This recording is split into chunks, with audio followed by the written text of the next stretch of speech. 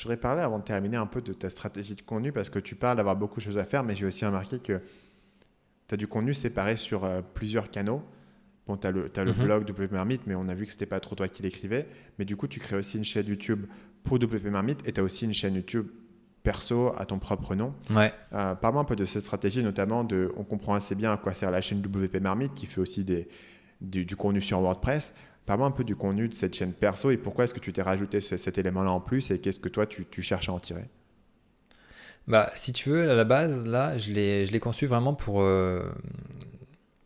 enfin, pas me mettre en avant moi, mais pour, si, me développer tout simplement. Euh, Plus mon nom enfin, Alex Borto, j'ai un peu raccourci mon nom parce que c'est plus simple à retenir, tu vois.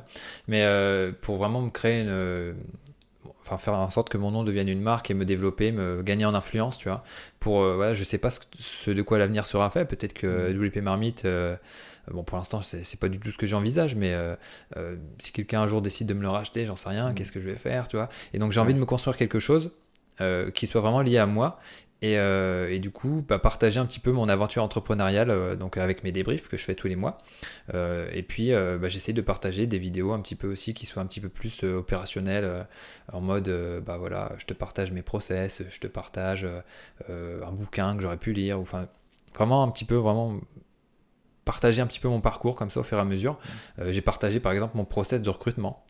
Donc si quelqu'un euh, commence à songer à ça, bah, ça pourra peut-être lui donner des pistes pour recruter. Et donc voilà, je partage un petit peu ça comme ça. Alors je le fais vraiment, c'est en mode side project, hein, je fais vraiment juste comment dire, mes débriefs tous les mois, des vidéos de temps en temps. Donc là, j'essaye d'en sortir 2 par mois. Et j'ai aussi lancé une série de vidéos qui s'appelle Entrepreneur Inspirant. Et là, c'est des portraits un petit peu plus travaillés de certains entrepreneurs. Alors, je vais pas faire encore Elon Musk et Jeff Bezos comme tout le monde le fait Hmm. dès qu'il lance sa chaîne YouTube, mais je fais un petit peu voilà, des entrepreneurs un petit peu moins connus, mais qui ont quand même fait des grosses boîtes. Et par exemple, on a fait James Dyson, on a fait aussi Ray Kroc de McDonald's, tu vois. Et du coup, voilà, j'essaye pareil, je plante des graines, on voit ce que ça donne. Au début, mon objectif c'était de sortir une vidéo par mois, enfin un portrait par mois, mais je pense que encore une fois j'ai été trop optimiste. Mais du coup Parce que là, ces voilà, on vidéos-là, va elles commencer à doivent prendre bosser quand même sur. assez longtemps en termes de recherche, en C'est termes ça. d'écriture. Et du coup, ouais, c'est pas. Alors, du coup, comme toi, il y a un process, hein, c'est une autre personne qui fait les recherches, Ok. qui fait le script. Après, moi, je l'adapte parce qu'il faut que ça colle à mon style, tu vois, ma façon de parler et tout ça. Mais du coup, après, voilà, il y a un montage qui est un petit peu plus technique qu'un tuto WordPress, tu vois, où on cale des choses, enfin, on essaye que ça soit vraiment plus qualitatif. Et puis en même temps, moi, en plus de tout ça, ça m'aide à gagner en aisance oratoire, tu vois, à m'apprendre à bien parler devant la caméra. Et donc, je pense que c'est une bonne compétence à développer aussi, tu vois, parce que c'est Hmm. pas, c'est pas un truc avec lequel je suis forcément à l'aise à la base. Et du coup, voilà, c'est un petit peu un mix de tout ça, quoi, un side project qui m'aide à développer ma marque, essayer de publier du contenu intéressant qui aide les entrepreneurs, et puis documenter mon parcours, quoi. Hmm. Alex, il y a trois questions de la fin que je pose à tout le monde, mais comme je te les ai déjà posées, on va pas se les refaire. Donc du coup, je voudrais te poser une Ouais. autre question qui est, bah, si on se reparle dans 2 ans sur le podcast, qu'est-ce que tu aurais voulu avoir accompli? Ah bah, alors je sais pas si je pourrais te donner un montant, enfin un terme, enfin un chiffre en termes de trafic, mais en tout cas que la version anglophone ait décollé, quoi. Hmm.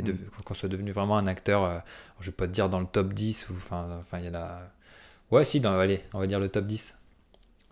Le top 3 ça serait un peu trop ambitieux, tu vois, parce qu'il y a vraiment des gros acteurs en Hmm. anglais, tu vois, mais dans le top 10 ça serait bien arriver à devenir vraiment une marque établie, avoir une confiance des utilisateurs anglophones de WordPress, ça serait vraiment cool, ça. Ça Et donc serait si tu vraiment comparais ça, un bon objectif. c'est plus gros que ce que tu as aujourd'hui en France, c'est équivalent, c'est un peu plus petit.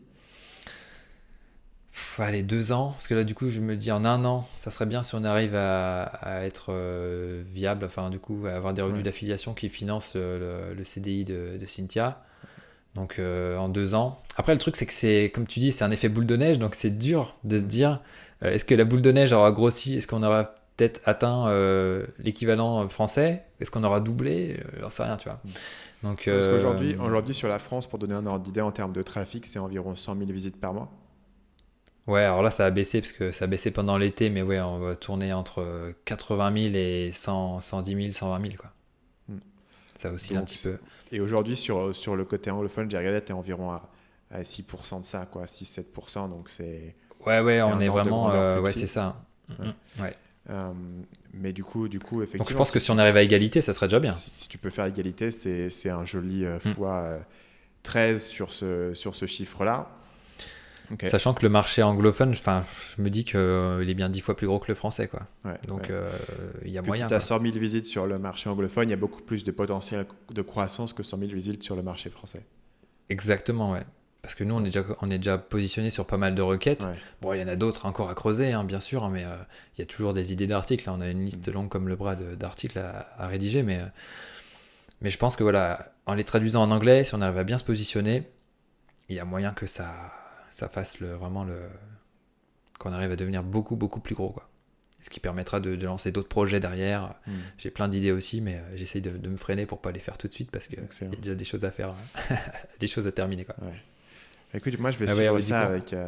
avec attention parce que c'est vraiment un sujet qui m'intéresse et je suis intéressé de voir les gens qui réussissent ou ne réussissent pas leur transition vers les marchés internationaux.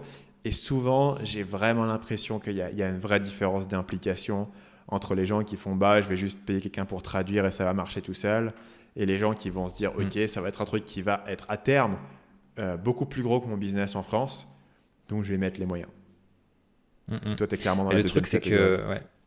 que, ouais, bah, en fait, enfin, c'est comme les gens qui se disent, ouais, je vais repomper du contenu pour le ressortir sur mon blog. Enfin, c'est pas sérieux, quoi. Il faut vraiment prendre les gens qui vont lire ton contenu, bah, pour des humains, quoi, tout simplement. C'est pas juste des chiffres sur ton écran, sur ton analytics, tu vois. S'ils lisent ton truc et qu'ils se rendent compte que c'est pourri, bah, ils reviendront pas et puis ils se rappelleront plus de toi. Tandis que si tu fais un article qui les aide vraiment, la petite marmite en haut à gauche du site, ils vont s'en souvenir et ils vont en parler, ils vont peut-être faire des liens, tu vois. C'est un cercle vertueux à créer, tu vois. Donc là, on charbonne pour alimenter la machine et puis au bout d'un moment, ça devrait porter ses fruits, quoi. Hmm. Enfin, Et c'est du comme coup, ça que je le vois. Je rendez-vous. vois vraiment Ouais. mais l'utilisateur au centre et ça Ouais. me semble vraiment très très important. Du coup, Alex, rendez-vous dans 2 ans, on en reparle. 2022, Ouais, ouais, on voit ouais. où on en est sur le On fait comme développement ça. anglophone. Ça marche. Salut Alex, merci de ton Yes. passage. Salut Stan, ciao. Salut, c'est Stan, j'espère que vous avez apprécié cet extrait du podcast Marketing Mania. Bien sûr, vous pouvez retrouver l'ensemble des épisodes du podcast, y compris les instructions sur comment vous abonner sur l'application Apple Podcast ou sur votre téléphone Android en vous rendant sur mon site à l'adresse marketingmania.fr/podcast. Je vous ai mis le lien dans la description de cette vidéo.